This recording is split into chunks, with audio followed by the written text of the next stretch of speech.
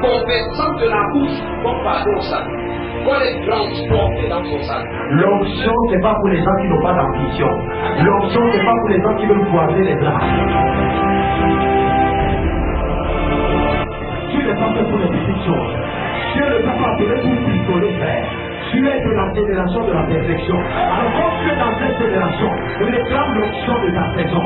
Réclame la puissance, le manteau de ce temps.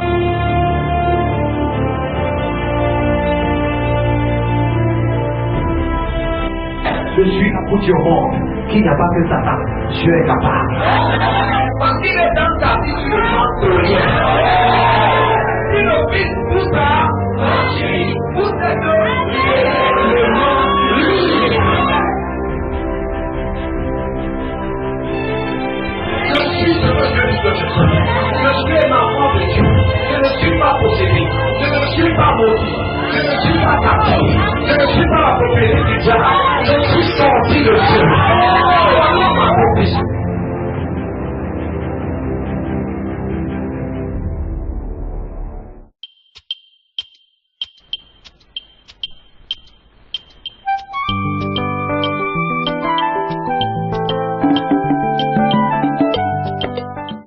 Seigneur, nous te bénissons, te disons merci pour cette belle saison dans laquelle, Seigneur, ton télescope nous a positionnés. Seigneur, tu as regardé le chronogramme du temps et tu as jugé dans ta sagesse infinie que c'est dans cette saison, Seigneur, que nous devions être manifestés parmi les hommes. Seigneur, nous voulons te dire ce soir que nous sommes d'accord avec tes desseins. Nous sommes d'accord avec ton plan, nous sommes d'accord avec ta parole, avec ta pensée. Nous sommes d'accord avec ton ambition, avec ta vision dans cette saison. Nous te disons Amen à ce que tu veux faire. Nous te disons Père, utilise tous tes moyens. Nous sommes d'accord. Nous voulons être au centre et au cœur de ta pensée pour nous, Père.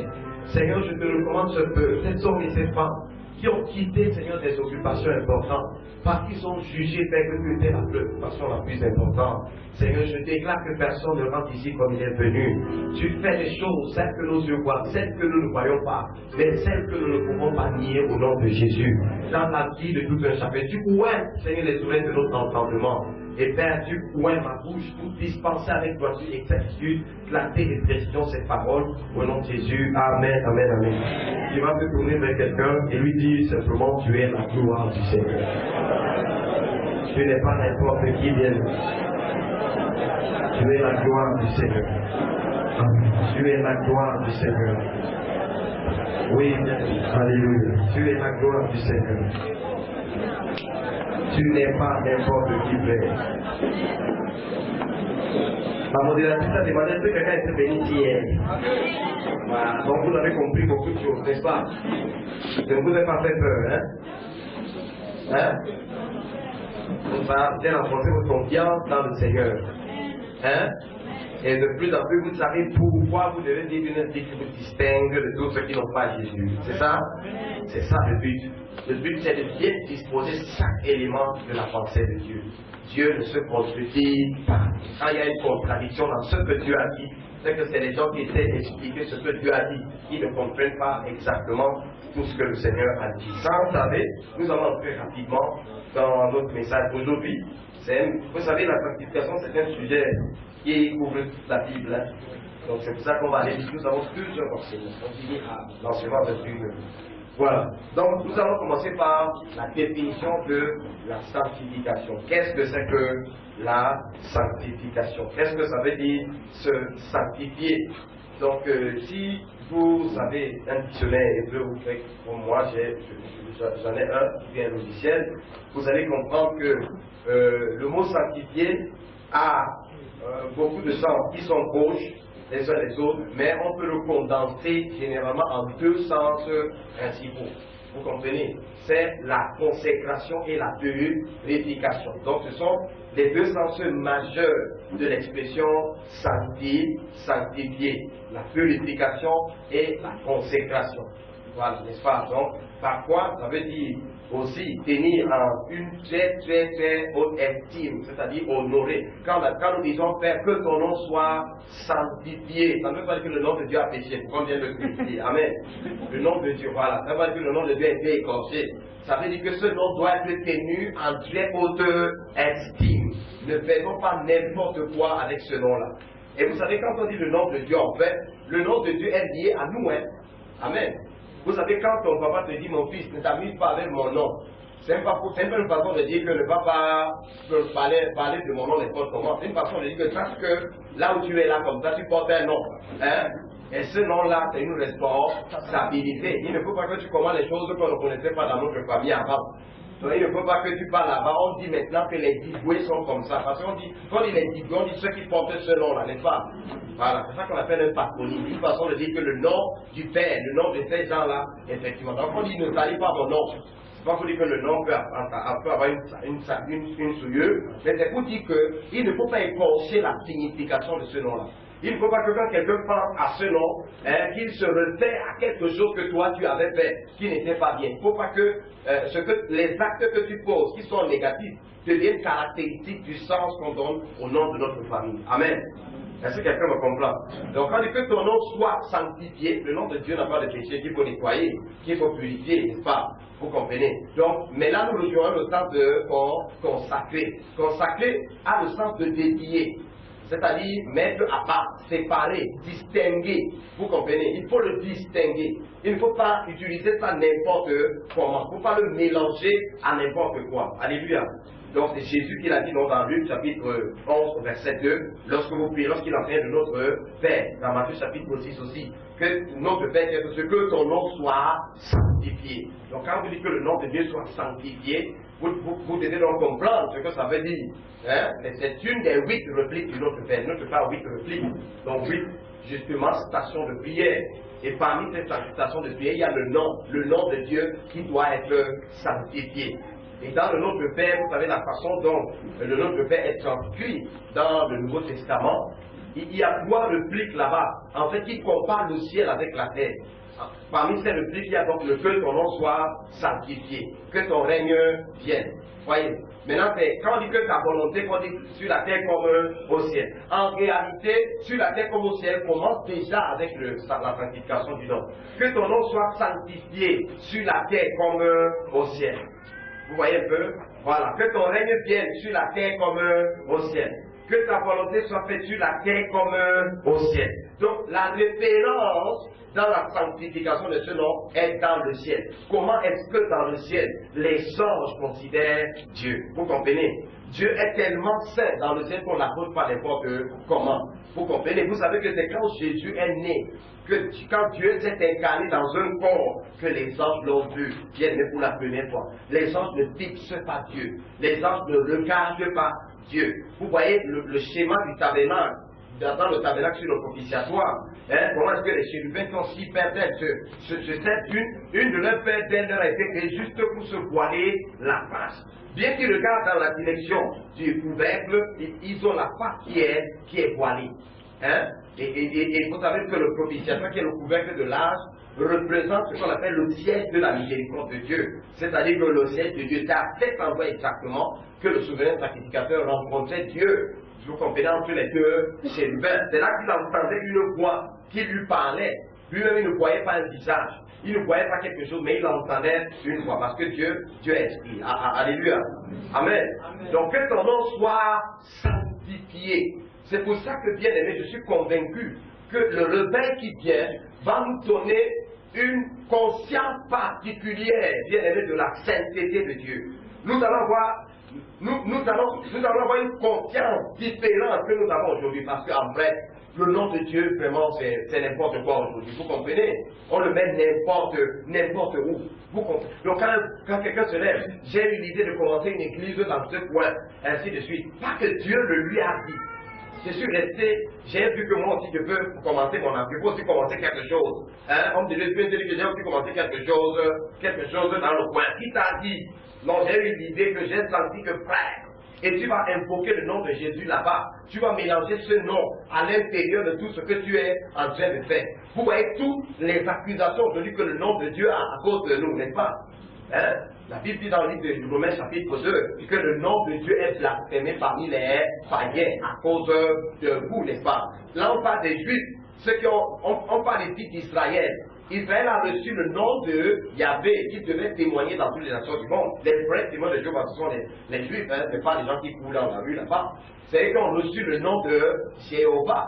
Vous comprenez? C'est eux qui doivent témoigner du nom de Jéhovah partout. Ce n'est pas les chrétiens. Vous comprenez? Dieu, chaque fois que Dieu nous donne un nom, parce que Dieu, en fait, on ne peut pas qualifier Dieu. Le nom est une limitation de quelqu'un. Vous devez savoir ça. C'est-à-dire que quand Moïse demande le nom à Dieu, en fait, c'est parce qu'il veut contrôler Dieu. Peut-être que vous ne comprenez pas. Quand Moïse dit à Dieu, donne-moi ton nom. Parce que quand vous connaissez le nom d'un Dieu, hein, le Dieu là c'est défini. Tout ce qui est défini est fini. Est-ce que quelqu'un me comprend? Tout ce qui est défini est fini. Or, Dieu donc est infini et il vient dans le monde fini pour entrer en contact avec les hommes. Bien qu'il soit infini, il faut que les hommes finis le connaissent. Donc chaque fois que Dieu vient, il prend un nom. Et le nom en fait révèle le caractère dans lequel il se présente, l'identité dans laquelle il se présente et l'autorité dont il s'investit. Parce que son nom limite directement le champ d'expression de sa propre autorité. Vous devez le savoir. Amen. C'est pour ça que Jésus dit que personne ne connaît ni le jour ni l'heure. Donc moi je suis pas omniscient, je ne connais pas tout. Il le dit, mais Jésus, pourtant nous connaissons que Jésus est Dieu. Vous comprenez? Est-ce que Dieu a des choses qu'il ne sait pas? Non. Ce sont les limitations dans l'expression du nom. Le nom ne permet pas de connaître tout. Là-bas dans le nom, Dieu fonctionne dans la conscience d'un nom. Et quand Dieu fonctionne dans la conscience d'un nom, il applique lui-même toutes les restrictions que le nom lui donne. Donc Dieu se comporte comme si lui aussi il est étonné. Comme si lui aussi ne connaît rien. En fait, il embrasse la réalité du nom. Et il fonctionne là de manière finie. Et c'est pour ça qu'il peut entrer en transaction avec les hommes. Alléluia. Mais nous n'avons pas reçu le nom là, parce que c'est pas le nom de Jéhovah que nous devons témoigner partout. Dieu a pris le même nom et s'est révélé à nous. Nous ne sommes pas là pour parler de la révélation du nom de Dieu, mais c'est pour que vous compreniez donc effectivement le nom de Jésus que vous avez. Jésus, ça veut dire quoi? C'est Yehoshua. Ça veut dire Yeshua, non? Yeshua, ça veut dire Yeshua, mais décomposé, ça veut dire Yehoshua, Yehovah, Oshéa, l'Éternel qui nous sauve, le Dieu sauveur. Donc, Jéhovah, le sauveur. Vous comprenez? C'est dans ce nom. C'est pas qu'on dit qu'il y a le salut en aucun autre nom. Parce qu'il n'y a parmi les hommes aucun autre nom qui a été donné par lequel il va être sauvé. Je veux donc que vous compreniez simplement que de la même manière que les Juifs honoraient le nom de Dieu, c'est comme ça que nous, on doit honorer le nom de Jésus. Parce que c'est le nom actuel de Dieu. C'est dans ce nom que Dieu accomplit la dispensation, entre dans la dispensation actuelle, comme étant le sauveur, pour manifester la grâce dans laquelle nous nous trouvons aujourd'hui. Donc chaque fois que nous prenons le nom de Jésus, nous disons le Seigneur a frère. Faisons attention. Je vous ai dit hier que quand les Juifs devaient dire, quand ils parlent avec toi, quand ils veulent dire yé, ils parlent avant de se laver. Vous comprenez? Il nettoie sa bouche, il nettoie tout son corps, il lave ses habits, il porte de nouveaux habits, après il vient continuer à causer avec toi. Rien que pour dire le nom là. C'est pour ça que les Juifs bien aimé la première personne du verbe être. Hein, on a trouvé un remplacement là-dedans pour ne pas dire, parce que c'est je suis, Dieu aussi dit que je suis. Donc ça fait que tu vas dire je suis, c'est comme si tu as parlé de Dieu. Donc il faut trouver quelque chose d'autre comme remplacement, comme une sorte de substitution à ce nom. Alléluia. Donc, en tout cas, c'est juste une petite digression. Donc on dit que ton nom soit sanctifié, ça veut dire que ton nom soit tenu en très haute estime. Vous comprenez? Maintenant, nous, en tant que chrétiens, son nom n'est pas seulement tenu en estime à travers ce que nous disons ou faisons. Nous portons ce nom sur nous. Quand vous dites que vous êtes chrétien, on dit que vous êtes de Christ. En d'autres termes, on vous associe à Jésus, n'est-ce pas? Wow. On vous associe à Jésus. Jésus devient un peu comme notre sorte de patronyme, notre nom familial. Donc le jour où j'entasse ce nom-là, où je fais des choses dans ce nom, n'est-ce pas, on dit que les chrétiens c'est les bandits. Quand on dit que les chrétiens c'est les bandits, on accuse Jésus. Hein? C'est pas ça. Son nom est directement entaché. Et à cause de qui? À cause de vous, à cause de moi. C'est pour ça que vous voyez toutes sortes de choses se passer aujourd'hui. Le jugement ne se fait pas seulement parce que, généralement, Dieu est déjà sorti dans la plupart des choses que nous faisons aujourd'hui. Dieu fait quelque chose de nouveau. Dieu, bien aimé parfois, ne restaure pas, ne revêt pas un Dieu qui est déjà mort. Il recommence quelque chose de nouveau. Dieu continue. C'est vrai que c'est nouveau pour nous, mais c'est la continuité pour Dieu. Parce que Dieu ne recommence pas toujours à nouveau. Dieu continue. Mais nous allons voir quelque chose qui est nouveau, qui ne ressemble pas à ce qu'on avait vu avant. Toutes les dérives, tous les dérapages que nous sommes en train de voir aujourd'hui dans l'Église. Vous comprenez? Mais quand le mouvement de réveil qu'on appelle les pentecôtistes a commencé, frère, même se tenir devant les gens ne s'amusaient pas, on ne prononçait pas le nom de Jésus n'importe comment. Les gens ne disaient pas n'importe quoi. Les gens respectaient même la présence de Dieu, manifestaient quelque part. Mais aujourd'hui, vous voyez, quelqu'un prend le micro, il ment au nom de Jésus. Il dit des choses au nom de Jésus, frère. Et il est toujours vivant. C'est peut-être que Jésus n'est plus dans l'église. Oui, il est toujours vivant. En même temps, c'est facile, ils n'ont fait que mentir. Donner une demi-vérité, frère. Ils sont tombés les deux morts. Pierre dit que voilà que c'est. Il dit que ce n'est pas un homme que vous avez menti. Vous avez menti à Dieu. Frère, en même temps, Dieu n'avait parlé avec Pierre. Il dit que comme tu as dit le mensonge, comme ça, les gens qui ont enterré ton mari sont là, ils vont te porter, vont aussi t'amener. Toi aussi, tu vas les suivre.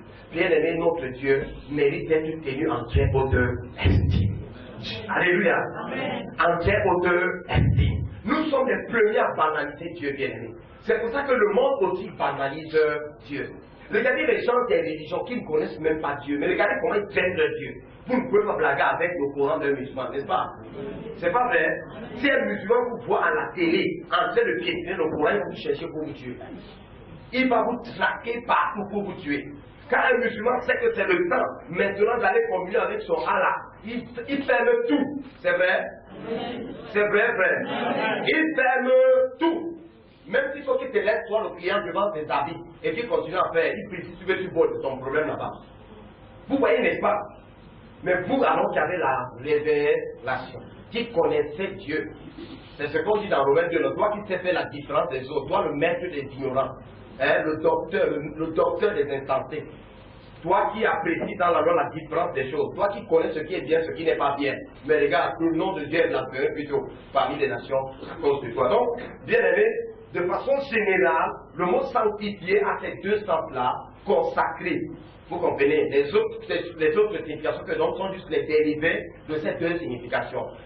Ça veut dire, d'un côté consacré, c'est-à-dire séparé pour un usage sacré, hein, distingué, mis à part, ainsi de suite, et aussi la purification, c'est-à-dire le détachement des impuretés. C'est-à-dire que dans la purification, maintenant, la purification est en relation avec l'impureté. Vous comprenez? Maintenant, la consécration est en relation avec un ensemble. David avait ses frères, il était 8. Dieu le prend, il le met à part. Il le consacre. C'est-à-dire qu'il le sépare pour un usage exclusif. Dieu dit qu'à partir de maintenant, nous avons, tu as 10 voitures. Cette voiture-ci, tu me la donnes. Dès que tu donnes cela à Dieu, cette voiture, tu ne vas plus la conduire comme tu connaissais les autres voitures. Elle ne t'appartient plus. Tu ne fais plus de ça ce que tu veux. Alléluia. Donc, que ton nom soit sanctifié, c'est ce que ça veut dire. Donc, sanctifié veut aussi dire séparer des choses profanes et consacrer à Dieu. Alléluia. Ça veut aussi dire consacrer à Dieu. Dans Jean 10, verset 38, Jésus dit que celui que le Père a sanctifié. Là-bas, sanctifié veut dire celui que le Père a mis à part. Celui que le Père a distingué. Et vous allez voir que dans le langage de Jésus, pendant qu'il marche avec les apôtres, il tient toujours à cette position unique qu'il a avant la résurrection. Il dit que Dieu a tant aimé qu'il a donné son Fils unique. Il n'a pas deux fils, il est le seul. Il dit son Fils unique, on n'est pas deux là-dedans. Alléluia. Voilà. J'enlève mon Dieu et votre Dieu ensemble. Le mien à part et le vôtre, mais c'est la même personne. Mais on a deux relations différentes. Ouais, je suis à part. Pourquoi? Qu'est-ce qui le met à part? Les apôtres devaient réfléchir que pourquoi le Christ nous parle comme ça? Pourquoi il ne dit pas que je m'enlève un autre Dieu ensemble? Pourquoi il dit toujours moi à part, vous à part? Parce qu'effectivement, le niveau de séparation n'était pas le même. Ils n'étaient pas participants de la même vie à ce moment-là. Est-ce que quelqu'un me comprend? Donc on dit que Jésus dit donc il est celui que le Père a sanctifié. Donc celui que le Père a mis à l'écart. Celui que le Père a trié. Celui que le Père a distingué. C'est tout ça la sanctification. Alléluia. Parce que vous voyez, nous ne pratiquons pas bien la sanctification parce que nous voyons tout. Vous savez, le péché a écorné beaucoup la compréhension des choses à l'église aussi. Et dans le désert de Dieu. Or, le péché fait partie de ce que nous appelons, je vous ai déjà dit, que nous appelons la volonté circonstancielle de Dieu. C'est-à-dire que le péché a créé des circonstances. Vous comprenez? Certaines personnes peuvent dire comme si toute la mission de Dieu c'est d'enlever le péché. Dès que tu enlèves le péché, maintenant tout il a réussi. Comme si c'est le péché. Non, même s'il n'y avait pas le péché, l'homme devait connaître Dieu et se séparer pour Dieu. et se mettre à part pour lui. Alléluia. Donc c'est pour ça qu'il y a ces deux visions dans la sanctification. L'une des visions, c'est me mettre à part pour, et l'autre vision, c'est me séparer d'eux. Vous comprenez, me détacher de quelque chose. L'autre, ça veut dire que quoi? Vous êtes aujourd'hui consacré à Dieu, mais vous pouvez vous consacrer davantage si Dieu se révèle encore à vous-même pendant ce séminaire. Votre niveau de consécration d'aujourd'hui peut encore changer, mais c'est une autre forme de sanctification. Hein? Voilà. Je vous ai dit ici que moi, avant, quand j'étais jeune dans la foi, je m'amusais à l'école. On savait bien que c'est moi qui dis la langue à l'église. Je m'en foutais. Quand mon heure venait de bien là-bas, c'est sur la moto que je prépare mes répertoires de charge. Quand j'ai dit des charges, Dieu n'avait qu'à accepter tout ce que je pouvais lui donner à l'époque, n'allait pas. Voilà. Mais aujourd'hui, Dieu, je peux donner mieux encore à Dieu que ce que lui donnait à cette époque. Aujourd'hui, du matin jusqu'au soir, jusqu'à la nuit, jusqu'à demain, je suis toujours Dieu. C'est pas comme ça avant. Vous comprenez un peu? Voilà, le niveau de consécration a changé. Alléluia. Alléluia. Amen. Voilà. Donc, la Bible dit, c'est aussi la purification. Donc il y a aussi l'idée, c'est-à-dire qu'il y a deux idées, il y a la consécration et la purification. Lorsque vous lisez dans 2 Timothée au chapitre 2, verset 21, voilà, la Bible dit ici que si quelqu'un se conserve pur en s'abstenant de ces choses, il sera un vase d'honneur, sanctifié, utile à son maître, propre à toute bonne œuvre. Si quelqu'un se conserve comme pur, si quelqu'un me comprend, c'est Paul qui parle déjà à son fils Timothée. Il dit que si quelqu'un se conserve pur, donc Timothée peut ne pas aussi se conserver pur et vivre dans l'impureté, n'est-ce pas? Donc c'est ça, se conserver donc pur, c'est ça aussi, se sanctifier. Donc se mettre à l'écart des mauvaises œuvres, à l'écart de ce qui n'est pas bien, à l'écart des choses que la parole de Dieu désapprouve. Parce que nous le verrons bien, il n'y a pas de sanctification véritable par révélation. Si vous ne connaissez pas la volonté de Dieu, vous ne pouvez pas vous sanctifier. Ce n'est pas possible. C'est que Dieu est désiré comme pur, vous allez le désirer comme souillé. Et vous, dans votre conscience, vous serez souillé par les choses qui en réalité ne suivent pas. N'est-ce pas? Voilà. C'est comme les gens qui prient le samedi. Si un jour ils viennent vous trouvent en train de faire le culte le dimanche, ils vont dire que vous faites le culte le dimanche parce que l'église catholique romaine a changé au séquoia pour que donc vous êtes souillés. C'est ce que les gens du Saint Sabbat disent. Ils disent que c'est samedi. La réunion que Dieu a approuve c'est le samedi. Eux ils respectent le Shabbat.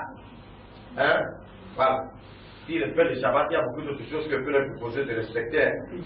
Il faut dire que tel fait une distinction entre les jours, tel autre les estime tous égaux. Vraiment, si vous croyez que c'est dimanche que Dieu est plus plaisant, rassemblez-vous dimanche. Amen. Que votre conscience ne vous juge même pas. Soyez d'accord dimanche. Et si un autre aime prier plutôt les autres jours de la semaine, vraiment laissez-le aussi prier les autres jours. Paul dit là-bas que celui qui prie le dimanche, c'est tout pour le Seigneur. Celui qui aime prier les samedis, c'est toujours pour le Seigneur. Vous voyez un peu? Et il y a des discussions parfois comme ça faites à l'église. Vous voyez donc quelqu'un en train de vouloir démontrer, toute la religion sur, il faut prier le samedi. Donc il essaie de démontrer à tout le monde que comme vous, ce n'est pas le samedi. C'est pour ça que je parle de la conséquence, de la sanctification et la révélation. Donc on a besoin de la révélation, de la vérité actualisée. Je vous ai dit hier ici que Jésus a dit à Pierre, tu es mange. Pierre lui a dit que Seigneur, même si c'est toi, même dans les rêves, ne t'inquiète pas, je ne vais pas te suivre ici.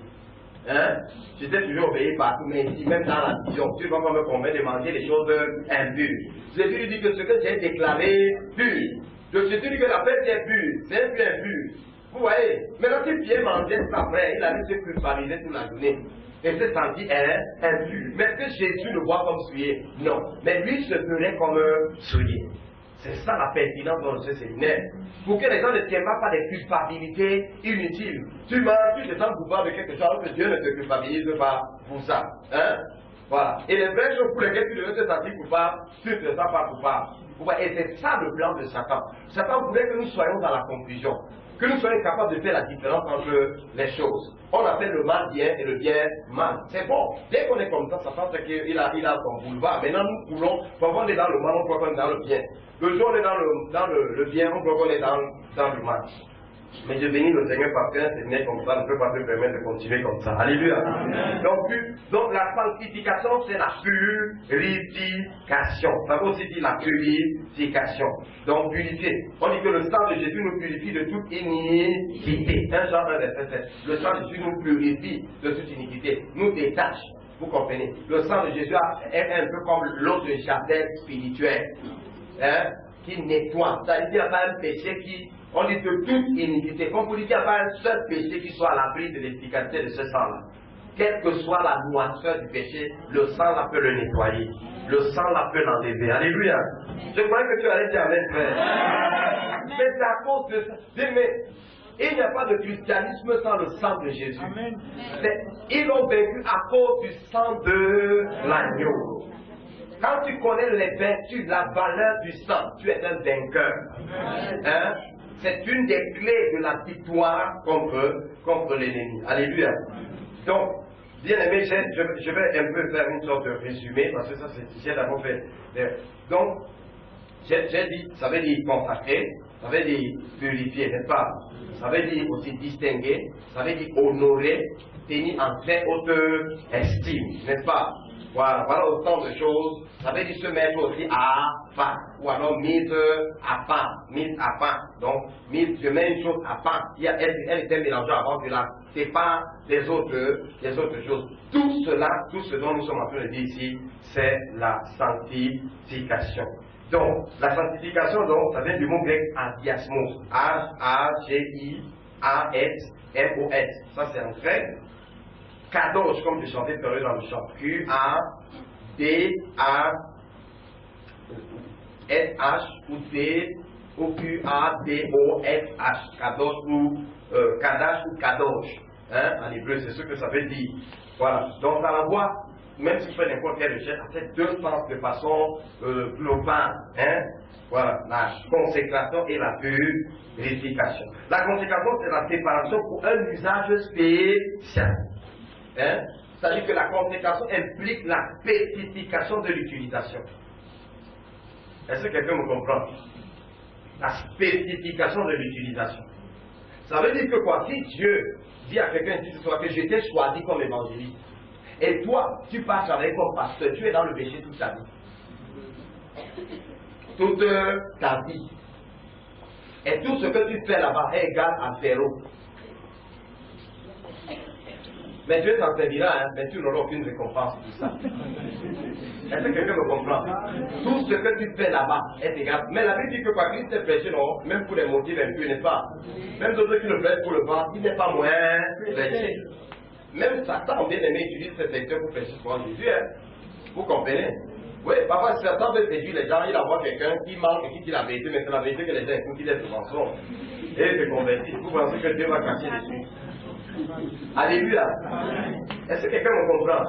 Donc, c'est ça. C'est-à-dire que la séparation pour un usage spécial. C'est ça la consécration. Et vous allez voir, quand vous allez évoluer, effectivement, il n'y a pas de caractère absolument absolu dans la sanctification. C'est-à-dire qu'il y a un niveau où ça devient une question de relation entre chacun avec le Seigneur. Dieu n'a pas dit à toutes les mamans en Israël que toi ne bois pas le vin. Hein?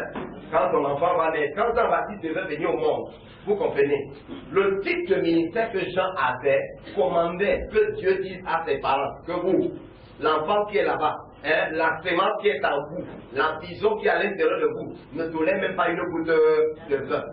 Ne buvez pas de vin. Mais ce n'était pas une loi qui s'appliquait à tout le monde. Vous comprenez? C'est pour ça que le chrétien fonctionne donc sous plusieurs lois. Nous avons la loi de Christ, nous avons la loi de l'esprit de vie. Vous comprenez? Et ces différentes lois, bien aimées, opèrent à l'intérieur de nous. Il y a des choses. Ces lois ont leur avantage et aussi leur inconvénient que quand même nous mettons en travers. Je vais vous expliquer tout à l'heure pourquoi est-ce que quand un chrétien justement fait donc, il ne peut faire la l'enfer. C'est à cause de la loi de l'esprit de vie. Parce que cette loi est plus forte que la loi de la mort. Elle opère en lui. Vous comprenez? Elle est obligée de le maintenir. C'est un peu comme lorsque une fusée va dans le ciel. C'est deux lois qui combattent. Il y a la loi de la pesanteur qui doit attirer la fusée vers le bas. J'ai oublié comment on appelle la loi, où c'est la thermostatique ou la dynamique. Il y a une autre loi qui doit tirer la fusée vers le haut. Vous comprenez? Mais c'est la loi qui l'emporte sur l'autre. Et la loi qui l'emporte sur l'autre n'annule pas l'autre loi. Mais elle est plus forte que l'autre loi. Donc on dit qu'il n'y a donc maintenant aucune condamnation de ceux qui sont endurés parce que la loi de l'esprit les a affranchis de la loi du péché et de la mort. Si le salaire du péché était la mort, ça veut dire que chaque fois que tu es chrétien, quand tu fais, tu meurs comme Adam était mort. C'est pas ça. Voilà, c'est-à-dire que tu es séparé de Dieu jusqu'à ce que tu reprends la nature du péché, n'est-ce pas? Il faut encore que Dieu t'engendre de nouveau. Là, on va l'appliquer d'abord tout à l'heure. Donc, on a donc dit qu'effectivement que c'est la séparation pour un usage spécial. Nous allons le voir dans un instant. Nous allons donc constater qu'effectivement, quand on parle de sanctification dans la Bible, vous allez voir qu'il y a les lieux qui sont saints. Il y a les objets qui sont saints. Vous voyez un peu, un objet pêche. Non, ce n'est pas un objet qui pêche. Alléluia. Donc, vous devez donc voir dans la sanctification une vision plus élevée que le simple fait de Dieu détaché seulement du péché. Vous comprenez un peu? Ça veut dire que je peux être dans ma vie, je n'insulte personne, je ne mens pas, je ne vole pas. Mais pour Dieu, je ne suis pas suffisamment sanctifié. Pourquoi? Parce que Dieu m'a réservé pour un usage spécial. Maintenant, si moi je ne suis pas en train de fonctionner dans cette, je ne suis pas en train de fonctionner dans cette utilité pour laquelle Dieu m'a appelé, il y a un problème, n'est-ce pas? Hein? Est-ce que quelqu'un me comprend? Voilà. Parce que nous voyons toujours tout en relation avec le péché, le mal, et ainsi de suite. Si Dieu t'a pas appelé apôtre, tu fonctionnes comme un apôtre de Christ, tu as un problème avec Dieu. Tu es un agent de désordre dans son œuvre. Vous comprenez? Parce qu'on ne peut pas exiger du bras de faire ce que l'œil fait. C'est impossible, n'est-ce pas? Maintenant, imaginez un bras qui dit, moi je suis l'œil, et je vais m'importer de voir. Même si le bras fait comment, il ne verra jamais. Mais qui convaincra le bras qui ne voit pas? Si le bras croit qu'il voit, tu vas faire comment? Il y a donc des gens qui vont mourir comme ça en se persuadant qu'ils sont ceux qui ne sont pas. C'est ça que dans Hébreux chapitre 5 au verset 4, on dit que personne ne peut s'attribuer la dignité d'Aaron. Pourquoi? Parce qu'Aaron ne fait pas consacrer à Dieu. Dieu l'a choisi. Aaron n'a pas dit que non, je suis souverain, sacrificateur et ma descendance aussi. Dieu l'a choisi pour ça. Maintenant, quand Dieu a choisi Aaron comme souverain sacrificateur, si Aaron dit que non, moi je veux plus être un prophète, il y a un problème. Est-ce que quelqu'un me comprend dans ça? Est-ce que quelqu'un me comprend? C'est pour ça, parce que le but de la sanctification, quand on va le voir, vous allez comprendre pourquoi vous devez comprendre tout cet détail-là. Vous allez comprendre que pourquoi aujourd'hui on n'a pas les chanteurs qui sont puissants dans l'église, surtout dans notre pays. Parce que vous allez voir que généralement, parfois un chanteur est chante, mais il ne se consacre pas comme chante, parce qu'il estime que c'est trop petit comme appel pour lui. Hein? Il lui faut prêcher. Vous voyez un peu? C'est-à-dire il est dans le champ comme un nomade, qui est de passage, en attendant les nouvelles opportunités pour aller là où il va prêcher, là où il sera donc vraiment un vrai serviteur de Dieu.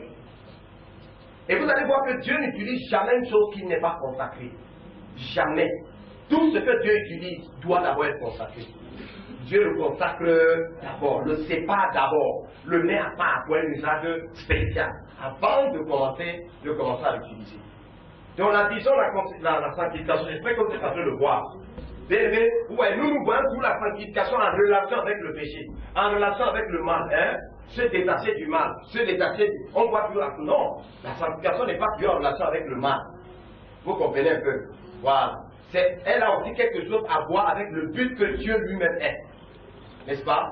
Voilà. Donc, maintenant la purification, c'est le nettoyage des impuretés. On a dit les deux sens, on a parlé de la purification et la consécration. Maintenant la purification, ça fait l'idée du détachement. Vous avez un habit chez vous qui a les taches. Maintenant vous prenez le savon, vous trempez l'habit dans l'eau, vous détachez pour que les taches quittent, n'est-ce pas, du vêtement.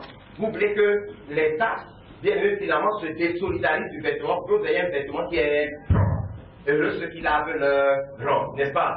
Voilà, c'est ça, c'est aussi l'autre sens maintenant de la sanctification. Nettoyer les impurités, enlever. Et nous avons besoin de comprendre donc les deux sens pour marcher pleinement dans la sanctification. Alléluia. Pour être pleinement dans la sainteté de Dieu. Donc, voilà. Alors, je vais donc vous donner rapidement les versets pour que vous matérialisez tout ce que je viens de dire là. La sanctification, comme j'ai dit tout à l'heure, c'est la consécration, donc la mise à part pour un usage spécial. Par exemple, les lieux. Vous allez voir, comme disait la Bible, on parle des lieux saints.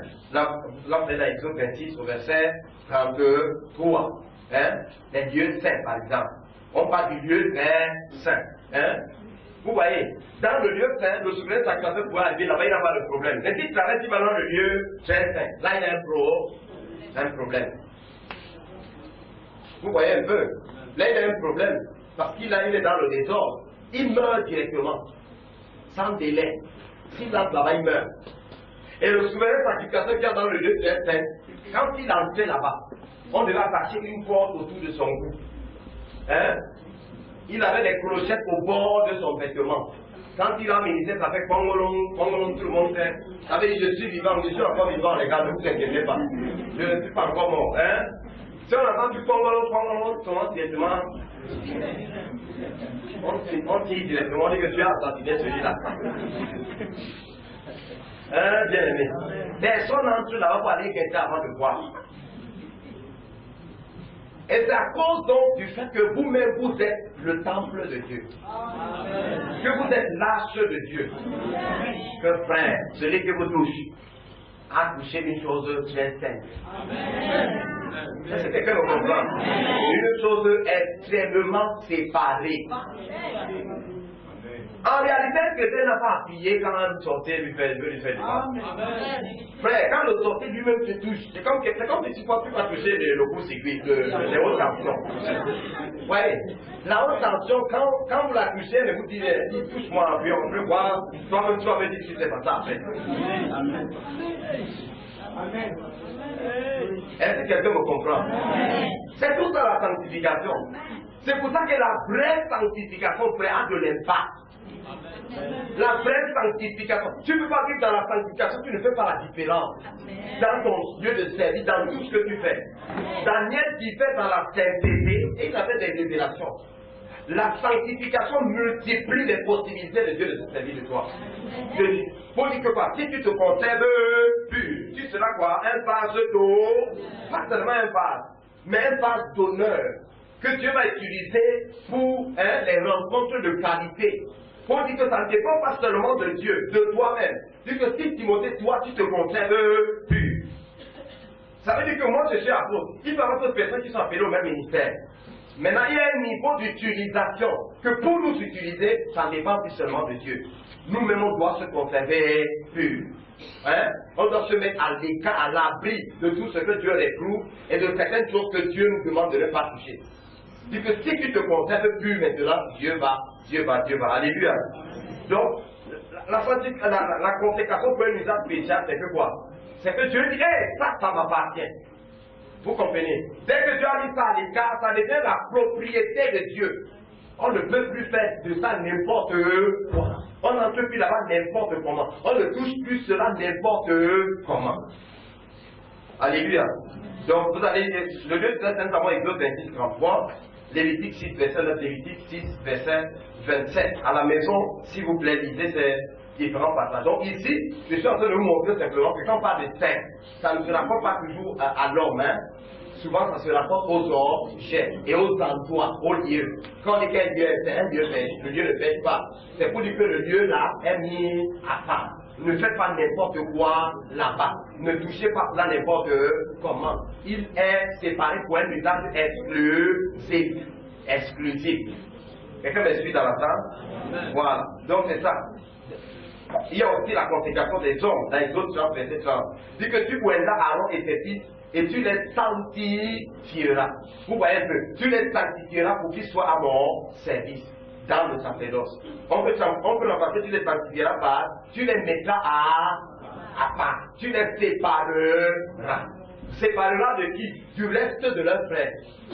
Donc à partir de ce moment, hein, n'importe qui ne peut plus venir faire n'importe quoi dans les choses qui sont réservées seulement à Aaron et à ses fils et à sa descendance. Vous avez vu que dans 2 Samuel, le chapitre 6, Uza avait beaucoup de bonne volonté, n'est-ce pas? Il a vu comment l'arche tombait. Il a voulu quand même mettre sa main pour aider. Il avait de bonnes intentions, vraiment de bonnes motivations dans son cœur. Je suis sûr, même David était fâché contre Dieu. C'est ça, Dieu est méchant. Comment un gars, l'arche voulait tomber, voulait même te rendre service, t'aider même. Frère, vous voyez n'est pas que parfois nous voulons aider Dieu, hein? Mais Dieu ne nous a pas demandé d'aide. Nous voulons aider Dieu. On met nos mains là où on ne devait pas mettre la main. Oui. J'ai dit que jusqu'à aujourd'hui, il y a des gens dans l'église qui ont besoin. Le message te dit, frère, écoutez-le avec le Saint-Esprit. Et tout ce que Dieu te dit, frère, va dans le secret, tu fais le travail. Ne reste pas là au période que c'est un message, j'ai compris, non, frère. Si tu crois que c'est Dieu, avance ça, frère, avance. Tu comprends? Oui. Donc à partir de ce moment-là, tu voyais que moi je suis déjà vraiment. Est-ce que nous tous on n'est pas juifs? Hein? Est-ce que nous tous on n'est pas les enfants de Dieu? Est-ce que nous tous, vous voulez donc dire que quand Dieu a appelé Abraham, il a appelé une seule famille? Moïse qui dit même que la révélation qui dit la vraie. Hein? Ah, ça vous rappelle qui? Corée, Datam et Abia. Vous connaissez l'histoire, n'est-ce pas? Dieu a dit que si, Moïse dit que si vous mourrez comme tout le monde meurt, c'est que Dieu ne m'a même pas appelé. Il faut que votre mort soit miraculeuse. Il faut que votre mort soit un miracle. C'est-à-dire que quand vous mourrez vraiment, mais c'est un miracle encore. Hein? Il faut une mort spéciale pour vous. Vous savez pourquoi Dieu fait comme ça? Dieu est aussi dramatique. Pourquoi Dieu fait ça? C'était pour vous. Pour toi et pour moi. Maintenant nous sommes dans la grâce, vous voyez. Dans la grâce, Dieu ne nous exprime plus comme ça. Mais vous avez déjà tout dit avant. On se dit maintenant que chacun peut faire ce qu'il veut, ainsi de Dieu veut me lever, allez, commencez à faire ce que je veux faire. Si tu ne veux pas vivre une vie misérable, ne pas jamais faire une chose dans laquelle Dieu ne t'a pas envoyé. Ne prends pas une place que Dieu ne t'a pas donnée. Vous comprenez? Il y a des gens qui ont dit on voit la peau, mais c'est un Dieu quand je le vois, mais moi, quand je vois ce gars, ça m'encourage, moi je m'en vais commencer, il faut que j'aille. Pas commencer, pas commencer, on va pas te dire. C'est pas que vous allez les voir, ils vont commencer maintenant à demander l'argent aux gens matin, midi, soir. Hein? Matin, midi, soir. Les sémences de direction divine. La sémence pour la protection de la semaine. Après pour la protection du mois, après de 2 semaines. On commence à vendre maintenant. Oui. Si Dieu t'a pas envoyé, tu es obligé maintenant de t'employer toi-même, n'est-ce pas? Et de faire les choses que quelqu'un qui t'a employé fait. Amen. Moïse dit que si Dieu m'a envoyé, votre monde doit être un miracle. Il faut que les gens se souviennent de vous. Hein? La terre s'est ouverte. S'est refermée. Ils étaient vivants. Ils sont allés vivants dans le séjour des morts. Vous savez leur doctrine, c'est qu'ils disaient, ouvrez la nombre, ouvrez le nombre 16. Je n'avais pas prévu d'ouvrir le texte là. Mais il y a un mot là-bas qui vient de me frapper dans l'esprit. Nombre chapitre 16. Vous avez trouvé? Frère, je suis sûr que la doctrine dit, si prêchons, je lui montre que voilà les vrais enfants de Dieu. Voilà les vrais hommes de Dieu. Vous savez ce que Corée disait? Moïse, arrête tout ça. Tout le peuple de Dieu est saint, hein? Mais tout le peuple de Dieu est saint, Moïse. Vous êtes là comme les stars. Hein? Les enfants de Jochebed, vous c'est des Abraham. Seulement vous. Le peuple de Dieu est saint. Dieu a appelé tous ses enfants où? Hein? Maintenant vous voulez être là, c'est toujours vous. On veut les comprendre n'importe quoi, ainsi par l'Éternel. Donc Dieu n'a que vos bouches là qui peuvent utiliser. Il n'y a que vos bouches là que Dieu peut utiliser. On est fatigué, Moïse, on t'a regardé pendant longtemps, on t'a observé, frère. Ça fait longtemps qu'on t'observe, mais assez d'assez. Cette affaire doit s'arrêter aujourd'hui. Lisez Nombre chapitre 16. On dit Corée, fils de Gideon, fils de Kéa, fils de Lévi, se révolta avec Datam et Abira. Oui, Corée était même Lévite, hein? Mais est-ce que c'est les Lévites qu'on avait sanctifiés, qu'on a vu tout à l'heure? C'est Aaron et ses fils. En d'autres termes, même parmi les consacrés, il y avait les consacrés. Les Lévites étaient déjà consacrés. C'était les porteurs, bien aimés dans le tabernacle. Quand on démontait les tabernacles comme ça, ils devaient porter. Mais eux aussi, si tu as en fait touché leur affaire, est-ce que tu arrives à porter ta part? En fait, Uza est parti occuper la fonction des créatifs. Dans Nombre chapitre 5, hein, si vous lisez là-bas, je pense bien, vous allez voir la fonction des fils de Kéa. C'était eux, bien aimés. Quand on finissait de démonter le tabernacle, on prenait les 2 barres, on les enfonçait autour des boucles qui est là, au bord du corps, et eux viennent porter sur les pieds. C'est leur ministère là-bas, frère. C'est les porteurs de charge. Le ministère des intercesseurs. Alléluia. C'est les porteurs de charge. Vous savez, les porteurs de charge, parfois les gens ne sont pas satisfaits de porter les charges. Il faut qu'ils soient là au camion quand ils font la charge, tout le monde les voit. Oui, c'était comme ça. Ils veulent porter la charge, aller avec lui. Ils ont vu que ce n'était qu'une affaire d'avoir la force. Ce n'était pas la force. Qui Dieu a choisi pour ça? Dieu a sanctifié qui pour cette affaire? Qui Dieu a distingué pour ça? Qui est-ce que Dieu a séparé pour ça? Est-ce que quelqu'un comprend quelque chose? On dit, voilà, on dit qu'il se. Ah, maintenant, il y avait lui seulement, et lui et moi étaient les vies. On dit que ce Lévaka avec sa femme maintenant, fils d'Élia, fils de Péla, fils de Ruben. Donc, un Lévite s'est mélangé avec les Rubénites. Vous connaissez Ruben, n'est-ce pas? Ruben, c'est l'homme qui a couché avec la femme de son père. Hein, l'eau impétueuse, l'indisciplinée. Donc, ça que Jacob l'a fait. Tu es comme une eau impétueuse.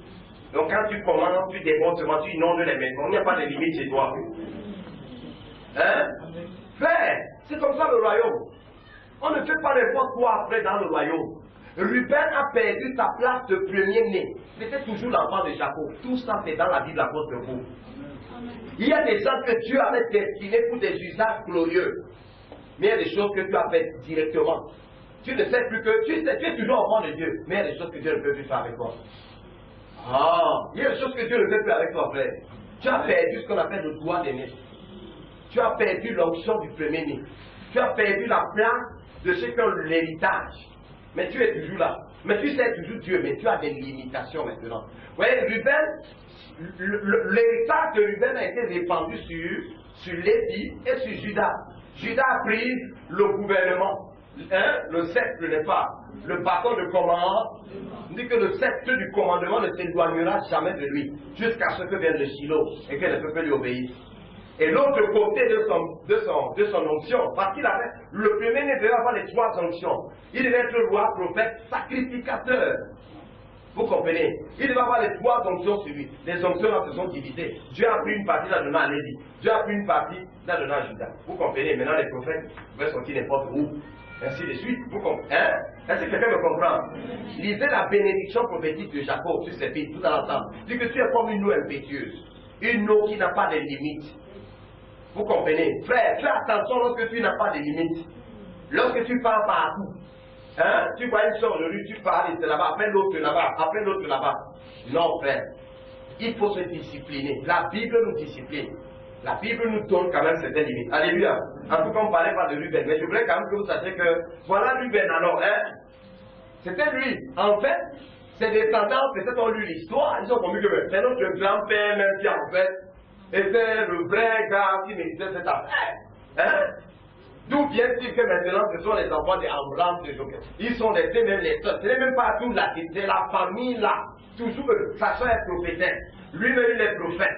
Son frère est sacrificateur. Maintenant les fils de ses propres fils aussi sont frères. Dieu va appeler une famille à lui. J'avais dit que vraiment, maintenant, voilà une famille. C'est seulement l'homme est là, la femme est là, les enfants sont là. C'est possible. Est-ce que Dieu ne l'a jamais fait? Alors Dieu peut choisir une famille, mais il faut que ce soit vraiment Dieu. Parce qu'il y a des églises familiales ici. C'est un héritage familial. La succession est monarchique, n'est-ce pas?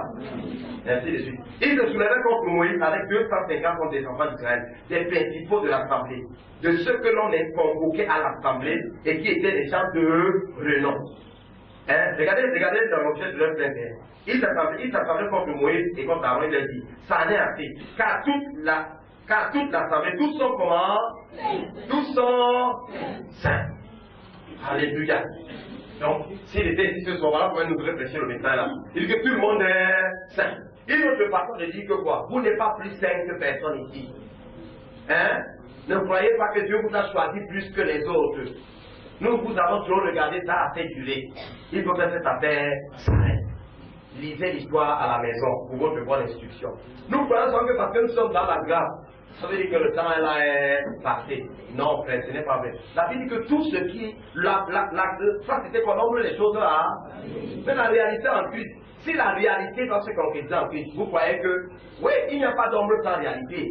Et hein, l'ombre n'est que l'ombre d'une réalité. Voilà. Donc c'est le reflet pâle de la réalité, l'ombre. Maintenant, voici ce qui s'est passé dans l'ombre. Hein? Les gens l'ont dit.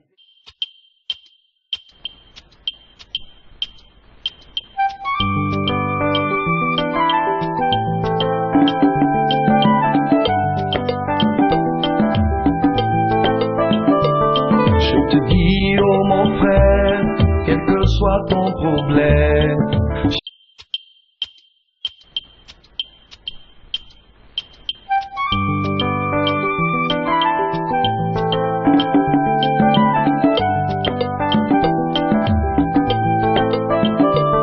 Je te dis, oh mon frère, quel que soit ton problème, Jésus peut t'aider, te donner la solution. Il est mort sur la croix, c'était pour te racheter. On va faire le bon choix, choisis-le pour la vie. Tête, Jésus. Il est la solution, À tête, Jésus. il peut changer ta vie. À tête, Jésus.